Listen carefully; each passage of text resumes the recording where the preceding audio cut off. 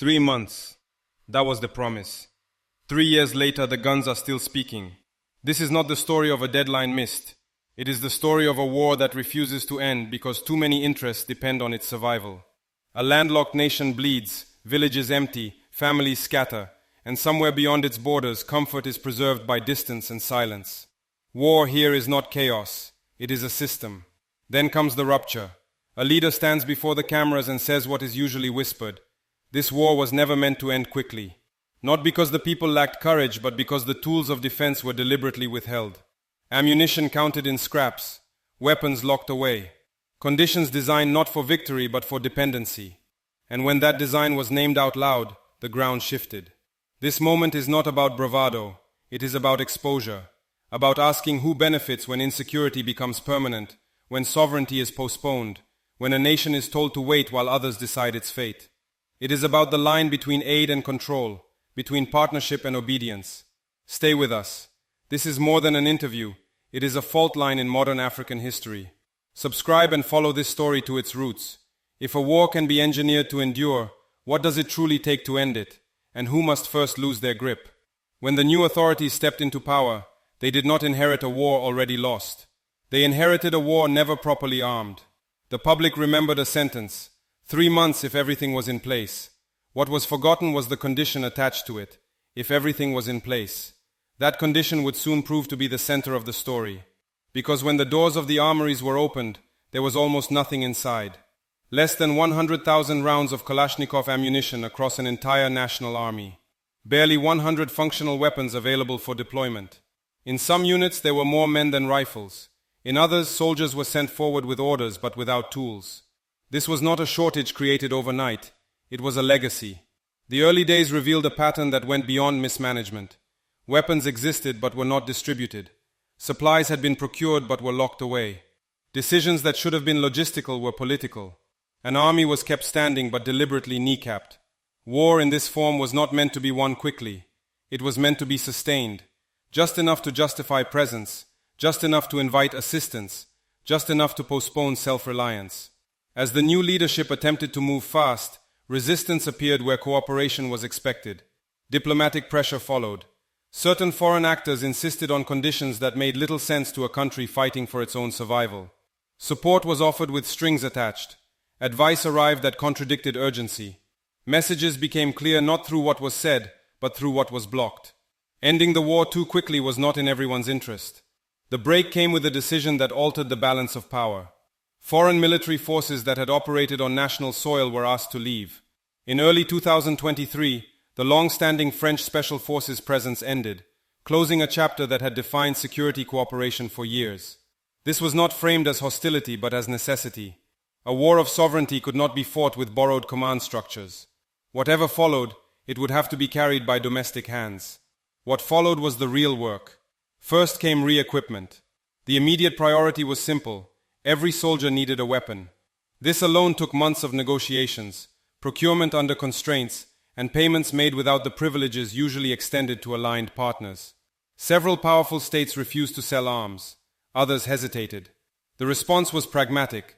Turn to those willing to transact without political tutelage. It was not ideology, it was survival. Parallel to this came recruitment. Each year between 10,000 and 15,000 new personnel were brought in. This was not expansion for spectacle. It was replacement, reinforcement, and correction. The threat on the ground was evolving, not shrinking. Armed groups adapted. Numbers fluctuated. Mercenaries flowed across porous borders.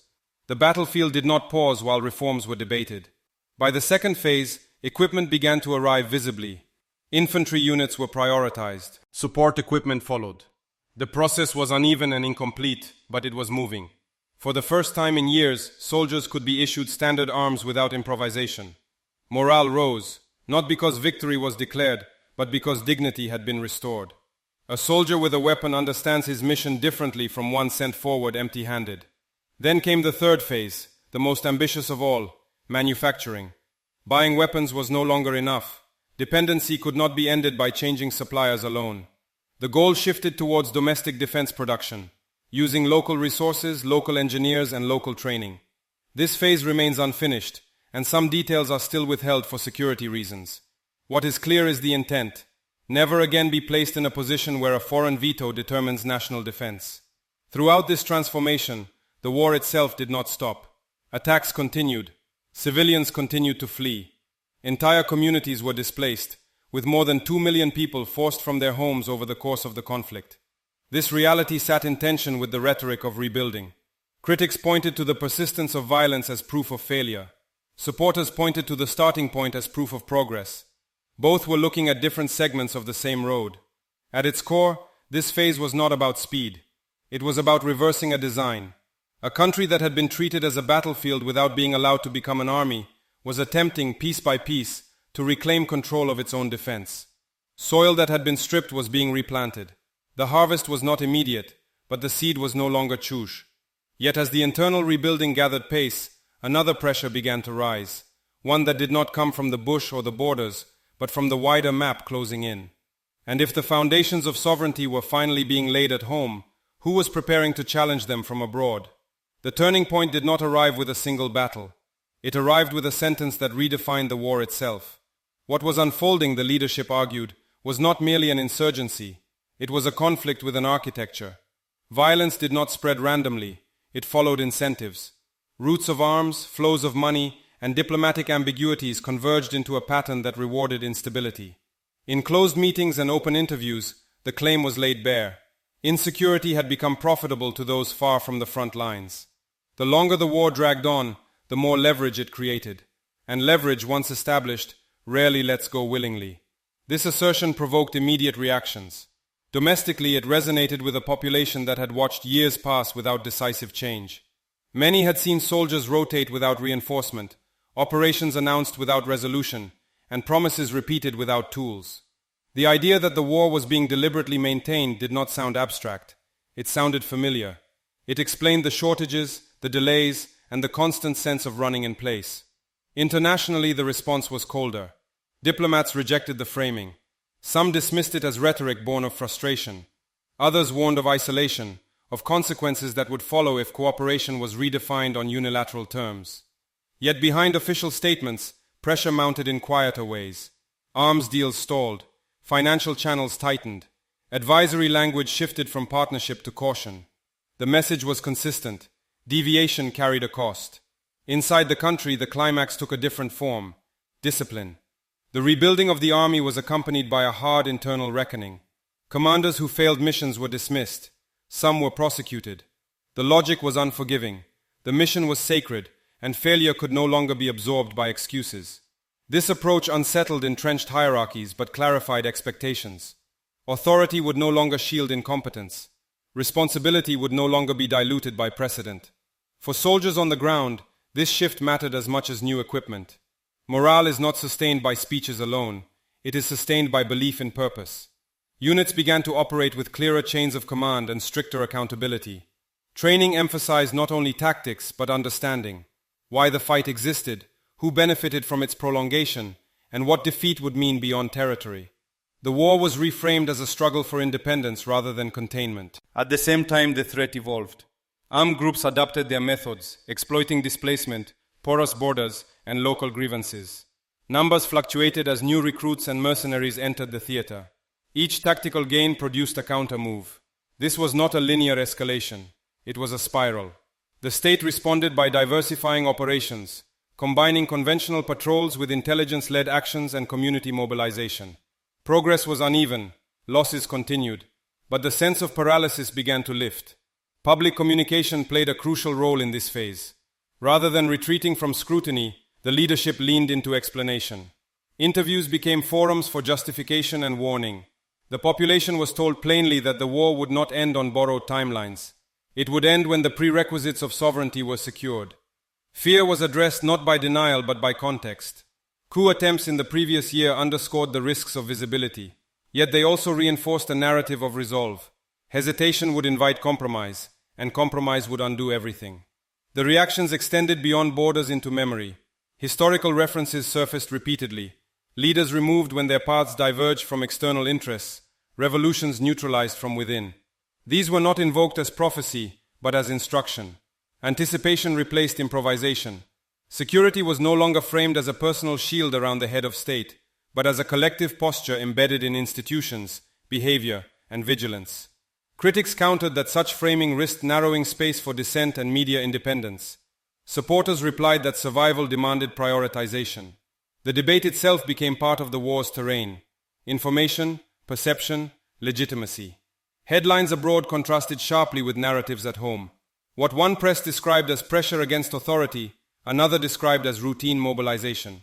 Language, it seemed, had become another weapon. Amid this clash of interpretations, one element stood out: determination. Asked whether fear played a role, the answer was unequivocal. Fear led to hesitation. Hesitation led to compromise. Compromise led to defeat.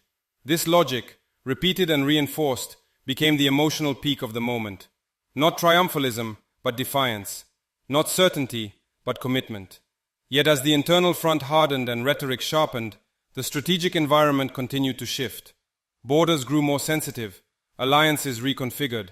Meetings took place without familiar participants. The war was no longer confined to villages and forests. It had expanded into councils, corridors, and capitals. And as resolve solidified at home, how would the tightening circle beyond the borders respond to a country that refused to play its assigned role? War does not end at the front line. It settles into kitchens, classrooms, and empty courtyards where voices used to gather. As the conflict dragged on, its most enduring mark was not territorial loss or tactical stalemate, but displacement. More than 2 million people were forced from their homes, not by a single catastrophe, but by the accumulation of fear. Villages emptied in waves. Fields were abandoned mid-season. Markets thinned, then vanished. The soil remained, but the hands that worked it were scattered. This displacement reshaped daily life in ways statistics struggled to capture. Families that once relied on harvest cycles became dependent on irregular assistance. Children moved between temporary shelters and overcrowded towns, their education fractured by movement. Social bonds, traditionally reinforced through proximity and ritual, were stretched across distance. The war created not only victims of violence, but communities suspended in waiting. Waiting to return, waiting to rebuild, waiting to be counted. Politically, this pressure demanded choices. The state could not afford the luxury of gradualism. Emergency measures became routine. Security considerations began to outweigh procedural comfort. Critics described this as contraction. Supporters described it as consolidation. What was undeniable was that the political center tightened. Decision-making accelerated. Tolerance for ambiguity narrowed. In a context where hesitation carried lethal cost, decisiveness was reframed as responsibility. Within the armed forces, this translated into a culture of accountability unprecedented in recent memory. Failure was no longer absorbed by the system. It was confronted. Unit leaders who did not meet objectives were removed. Some faced prosecution. This approach sent a clear signal downward and outward. Authority was conditional on performance. The effect was polarizing. It alienated those accustomed to insulation. It energized those who had long felt exposed without recourse. The social contract shifted accordingly. Citizens were no longer addressed solely as beneficiaries of protection, but as participants in a collective defense. Vigilance became a civic expectation. Behavior, movement, and communication were increasingly framed as security issues. This was not without tension. Lines between caution and constraint blurred. Media organizations found themselves navigating an environment where information was weighed not only for accuracy, but for potential impact on cohesion and morale. The leadership argued that this recalibration was unavoidable. A country fighting for survival could not afford internal sabotage, whether intentional or inadvertent. The past offered warnings. Revolutions undone not by external invasion, but by fractures exploited from within. The lesson drawn was stark. Sovereignty required discipline, not only in ranks but in narratives. At the same time, the civilian toll demanded acknowledgement. Losses mounted. Entire regions endured cycles of attack and counterattack. Armed groups exploited displacement to recruit, intimidate, and extract. Retaliatory violence risked entrenching grievance. The war, while reframed as a struggle for independence, continued to generate human cost that no rhetoric could erase. This tension, between strategic resolve and lived suffering, became the central contradiction of the moment. Economically, the effects rippled outward. Agriculture faltered in contested zones. Transport corridors became unreliable. Informal economies swelled as formal structures weakened.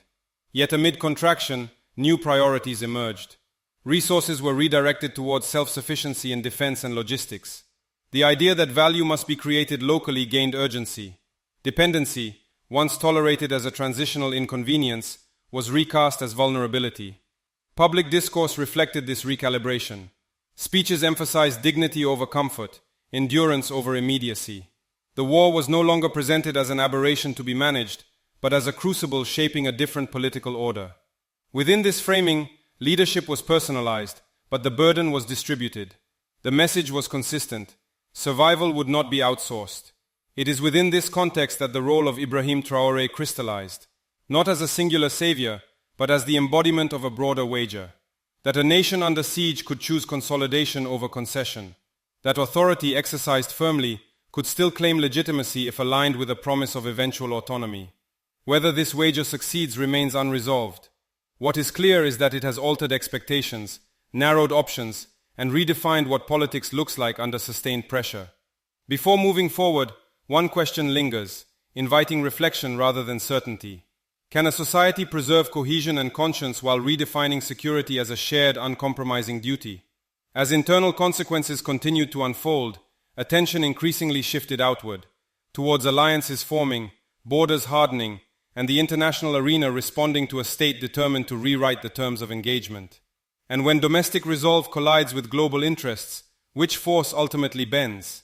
As the internal front hardened, the external landscape began to shift. What had once been framed as a domestic security crisis was now read abroad as a geopolitical signal. Decisions taken at home reverberated through regional blocs, diplomatic corridors, and strategic assessments far beyond the Sahel. The war had acquired an audience, and not all of it was sympathetic. At the center of this recalibration stood the Alliance of Sahel States.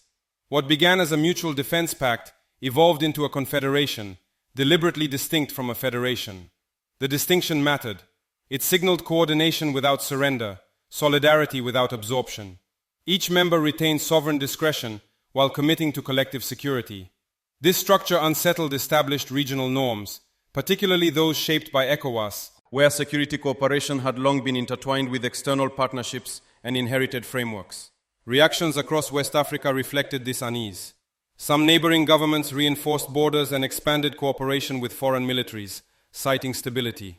Others adopted a cautious neutrality, unwilling to choose sides openly.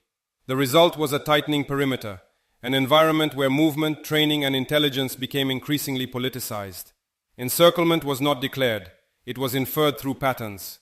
Beyond the region, attention focused on how non-African powers interpreted this shift. In Washington, official language emphasized restraint and demilitarization, often framed as concern for governance and human rights. Yet such language carried an implicit assumption that security should remain externally mediated.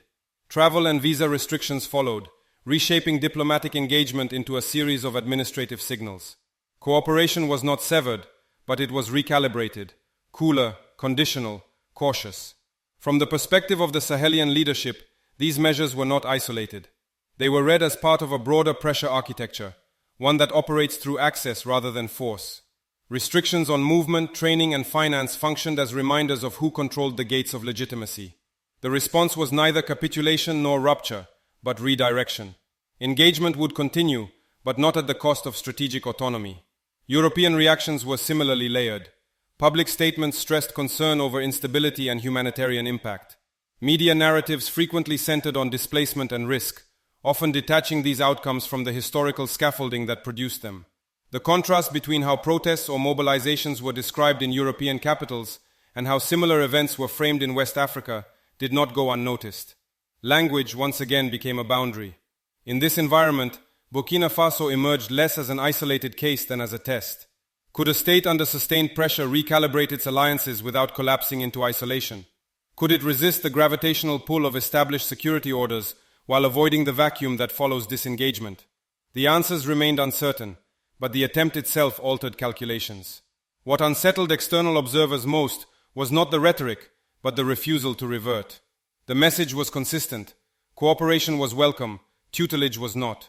Trade would be preferred over aid, partnership over pity. The implication was clear.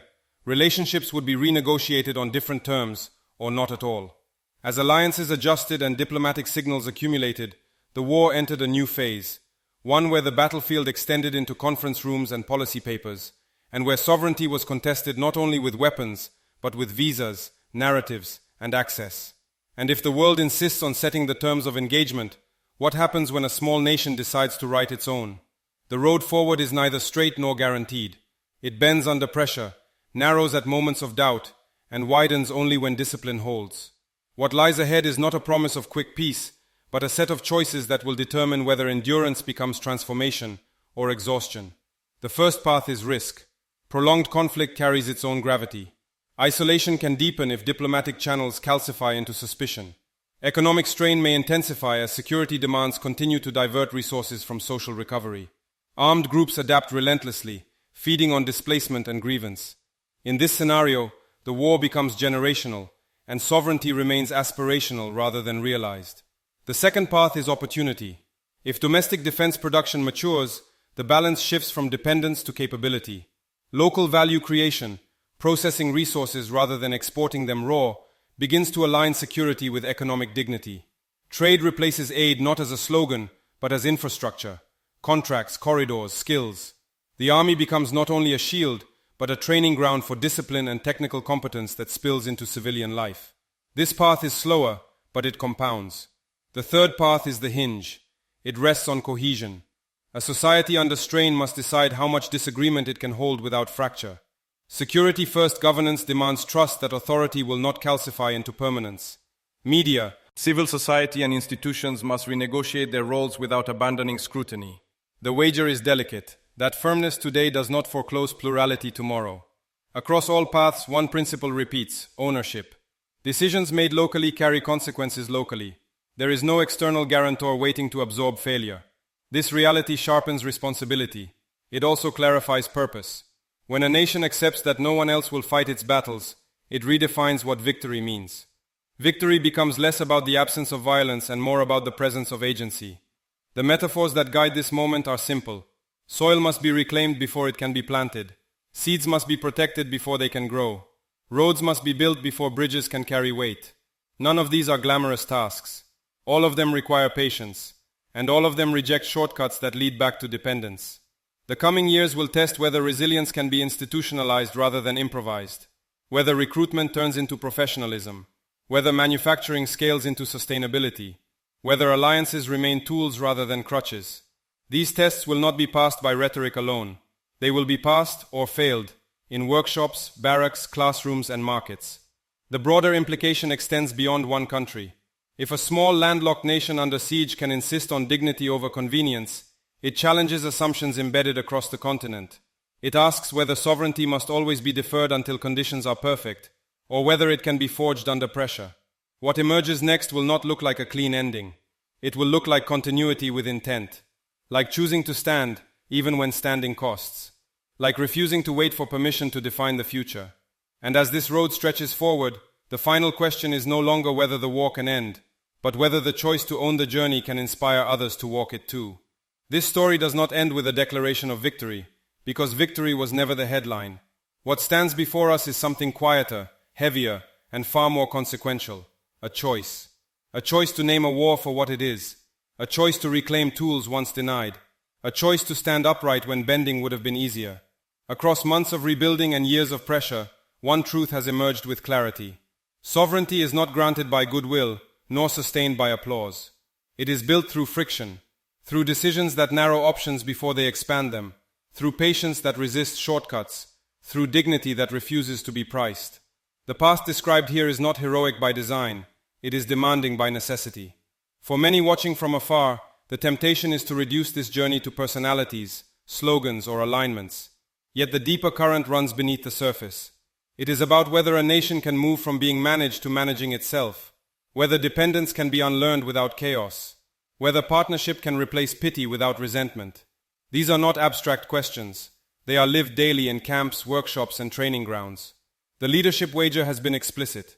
That firmness now can preserve freedom later. That accountability can coexist with hope. That rebuilding capacity, military, economic, institutional, is the only credible exit from a war designed to endure. In this framing, Ibrahim Traoré is less a destination than a signal, a marker of a broader insistence that waiting is no longer acceptable. The measure of this insistence will not be found in speeches, but in continuity, whether structures outlast moments. For Burkina Faso, the stakes are immediate and human. Families displaced, fields left fallow, youth asked to choose between flight and resolve. And yet, within this strain, something has shifted. The language of inevitability has weakened. The idea that the future must be outsourced has lost its grip.